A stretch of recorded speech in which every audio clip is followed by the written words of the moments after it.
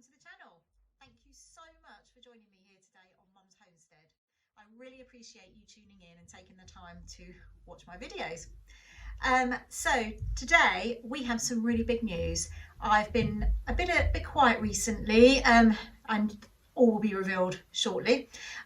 So I do apologise for my absence for the past week or two, but yeah, things have been a bit hectic here on the homestead.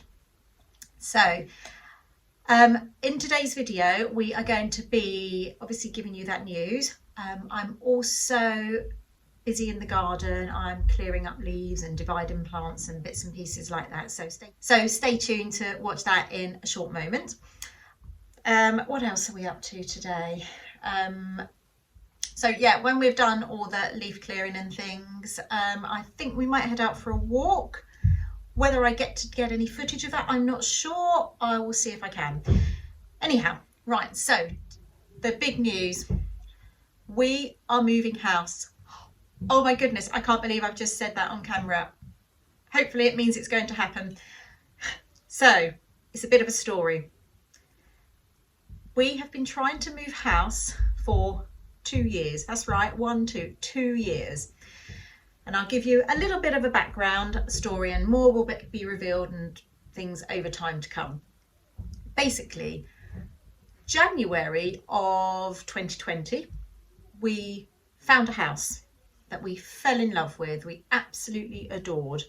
And so we quickly got our house on the market and tried to sell it. And nobody was interested in this particular house that we were going for. So we thought, fantastic, we are in. We have got this. I mean, this particular house, it was beautiful, and it had open days. There were so many people going to visit it, but it just wasn't selling, and we truly believed this house was for us.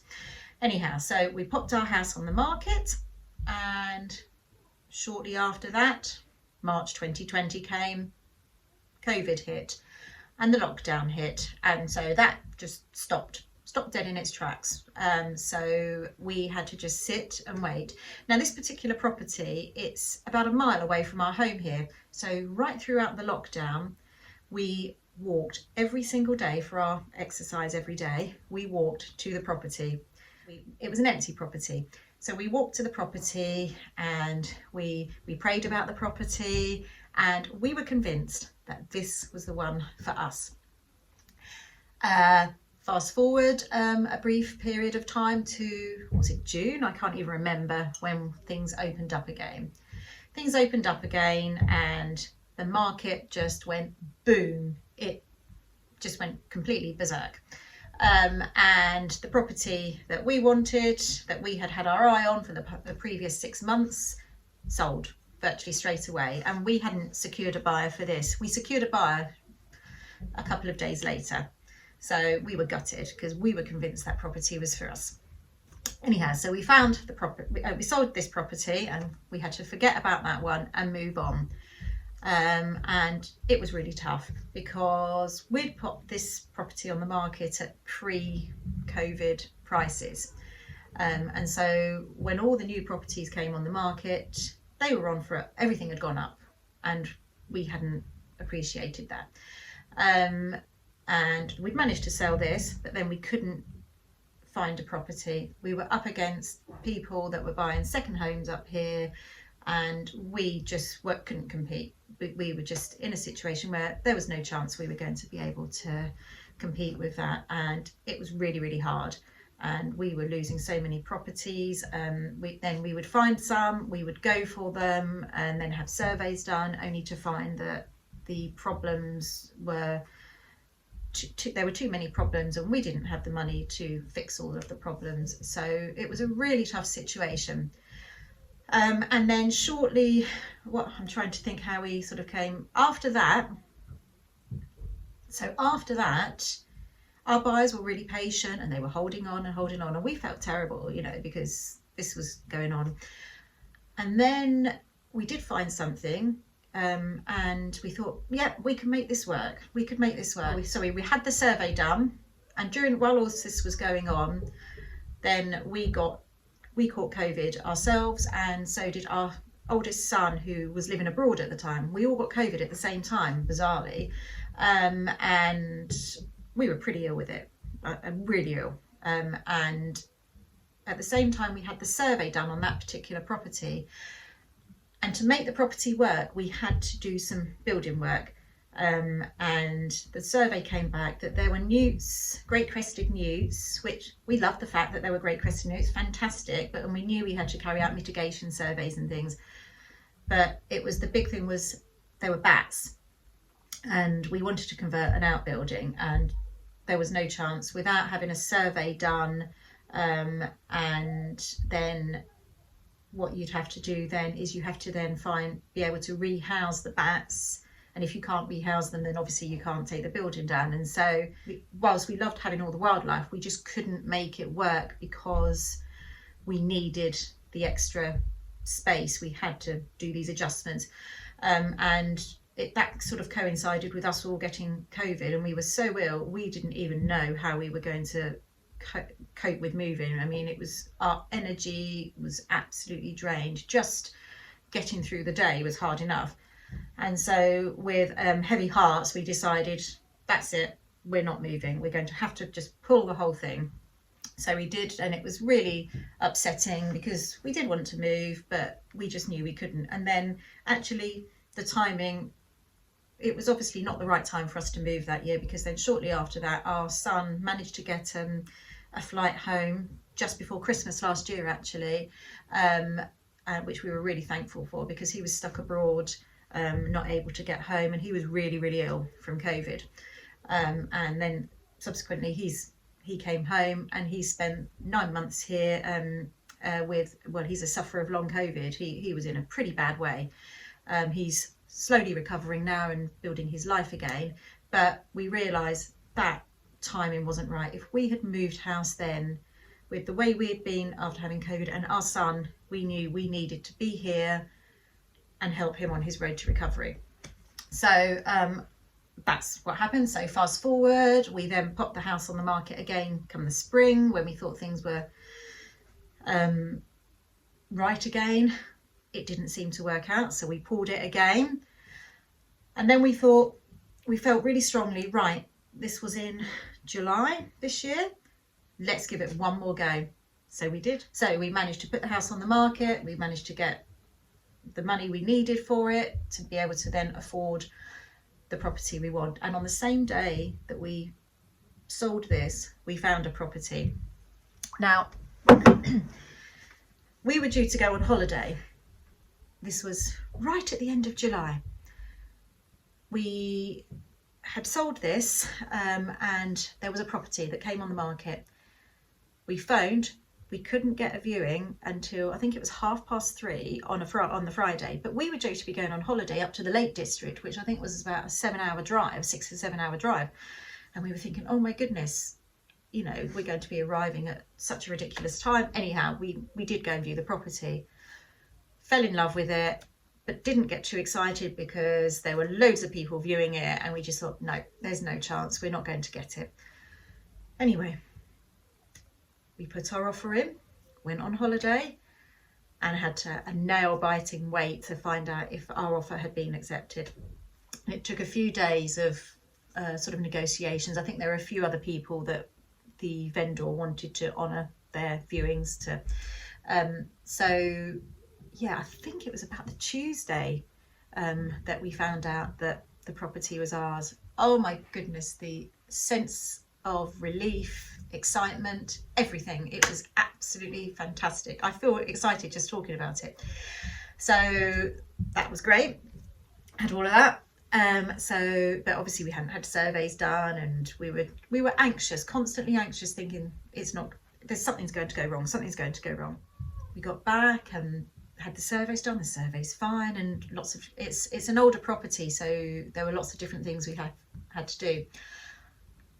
But it all seemed to be going well. It took a little while for the lady that owned the property to find a property of hers. But yeah, we are almost near to completion, and felt now is the time to actually let you know, because I think we're due to exchange contracts this week, and it's just so exciting. I absolutely can't wait. It does have a little bit of land, not as much as we wanted. It's just got 1/2 acre with it. But there is potential to have a little bit more. So yeah, we're really excited. We just can't believe it. I'm keeping my allotment in the meantime, because I've obviously got a lot of things going on there, and because of the house the way it is, there's a lot of work to be done. So I don't know if I'm even going to be able to get a vegetable garden sort of established there yet. So I want to keep the allotment and carry that on whilst we carry on the work there. And also because the house itself, it's about a 20-minute drive away from here. I work just up the road in the village here, so I will still be commuting back to work here, and I work at the local primary school and my children go to the local primary school here, so we will be commuting back every day. But my allotment is local to here, and I think, yeah, it makes sense to keep hold of the allotment, because some days I finish work at 12 o'clock, but then I've got to be back for 3 o'clock to pick the children up. It's hardly worth me going home, so I can come and work on the allotment for a couple of hours. So I'm going to sort of see how that all works out. But yes, it's exciting stuff. We are moving. We are hoping to move a week or so before Christmas.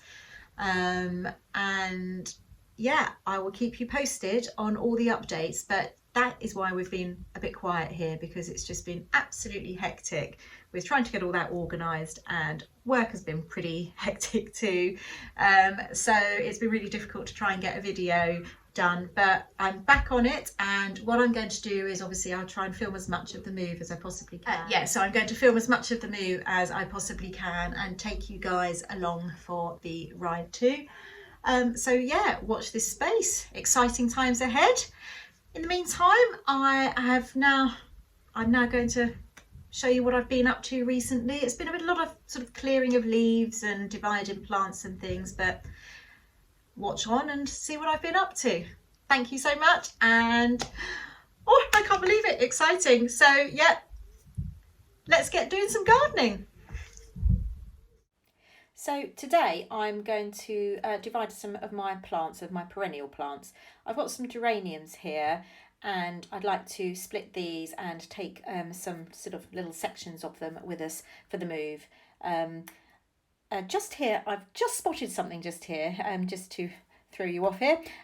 My hellebores have come into flower. I always thought they came into flower after Christmas. I know they're known as the Christmas rose, so I'm a bit stumped by that. Correct me if I'm wrong, maybe they are meant to flower now, I don't know. Anyway, back to the geraniums. I'm going to split the geraniums, help reinvigorate the plants, and also just to take a few little extra ones, so to increase the stock of plants that I've got. And as I say, I'd like to take some of these with me, so I'll have some memories of the garden here. So what I'm doing is I'm just going to take little sections off the edges, rather than digging the whole clump up. I think that would be the sort of best policy for this particular one here. This is a really lovely geranium. I used to garden many years ago, and sorry, I don't know what I'm laughing at there. I know what it is. I've lost my spade. I'm always losing my spade, but obviously I've found it again. So I've decided, instead of using the fork, I'm going to use a spade. So anyway, back to the geraniums. These are a lovely variety. I used to garden many years ago for people, and obviously in the various gardens and things, people were always really kind and giving me cuttings and dividing plants, and so I was always sort of able to have a little stock of plants. And it's really lovely, because I'm sure a lot of you agree that plants remind you of people. So whenever I look at these geraniums, I always remember the people that I got the geraniums from, and they tell a story, and I just find that wonderful. So here I am, I've got the geranium, well, certainly one of them. I'm now going to work on some hostas. I've got some hostas that I'd like to divide. I should have probably done this earlier, when I could still see quite clearly where the leaves were. As I said, as they have now, they've all died back. So I'm going to just hopefully dig up some where they've got some little shoots on top. We shall see. So yes, I can see there are some shoots on the top of this one, and there's a good root system too. So hopefully this should pot up nicely, and I will hopefully get a decent new hosta plant from that one.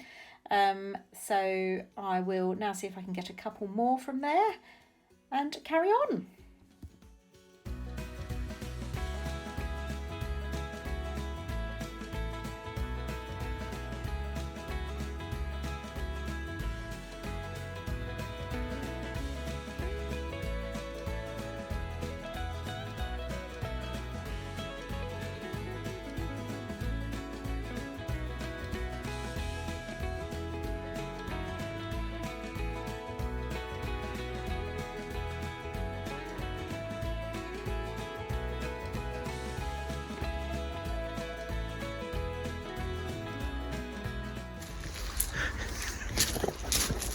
What's funny?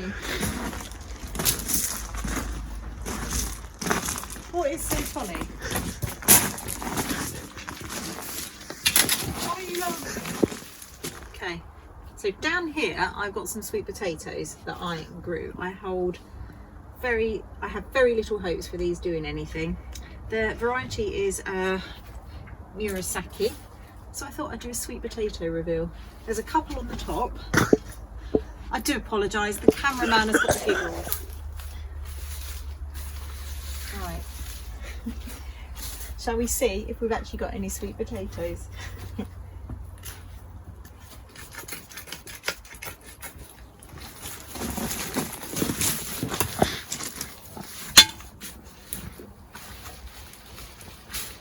Oh!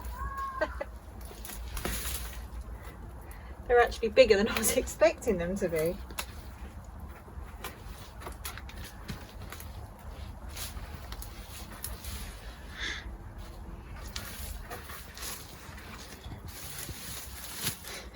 Okay, so as I thought, I've got 3 miniature sweet potatoes.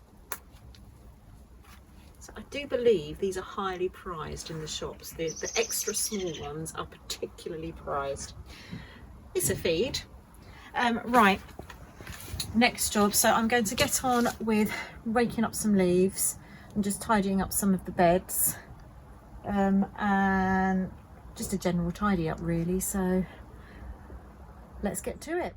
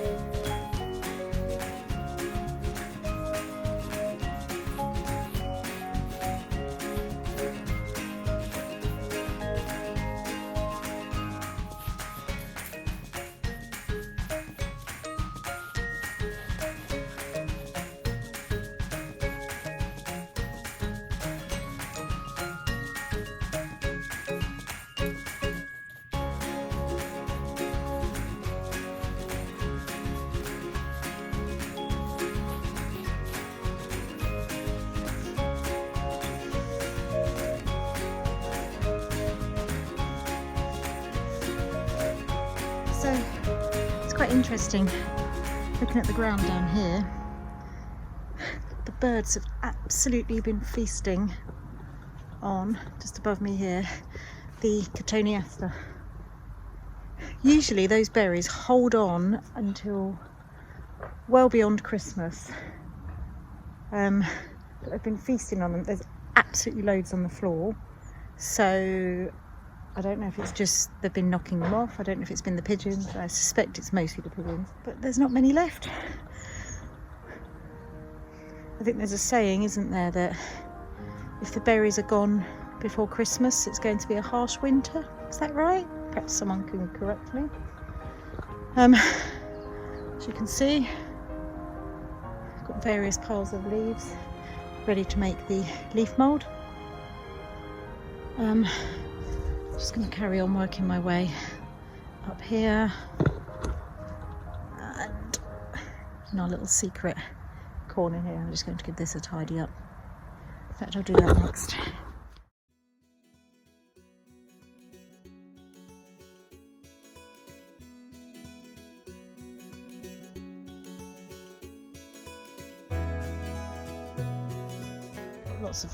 So I've got lots of ferns that I just wanted it to be a whole little circle full of lovely green soft ferns.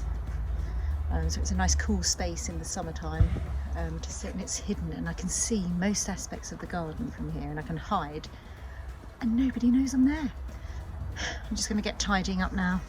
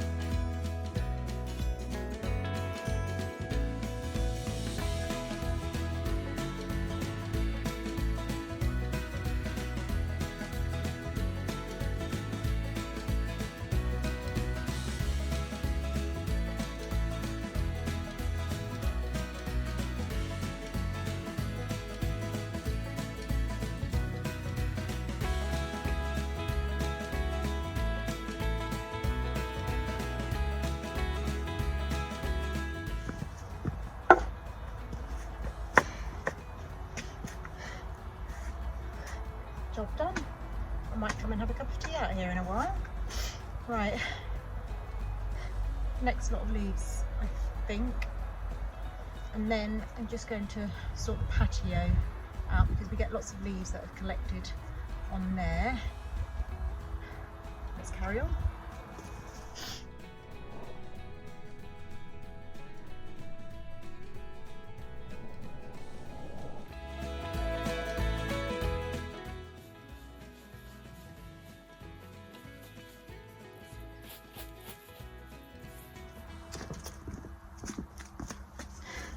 So I'm bringing all the tender plants in. We're due some snow next week, so the geraniums and things are coming indoors now. And these, I've forgotten what they are.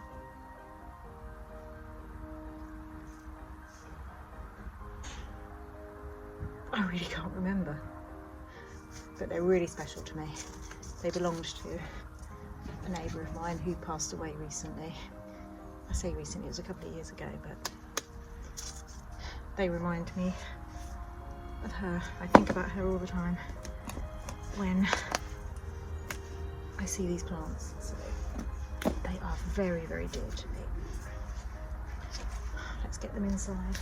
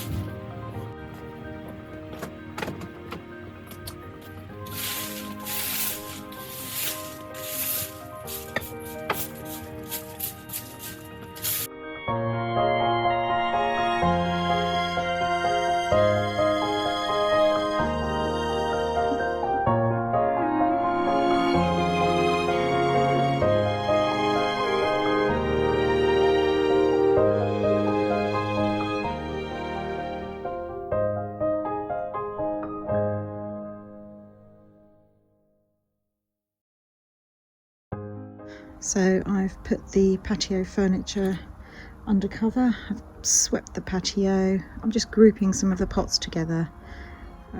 Yeah, so I've still got the piles of leaves over there and around the corner to sort out. But next, I think, what am I going to do next? So I've decided to finish the day sitting in the corner with a cup of tea. Thank you once again for joining me here on the homestead, and I hope you'll join me again soon. Who knows where I'll be then? Thank you so much and see you soon. Bye.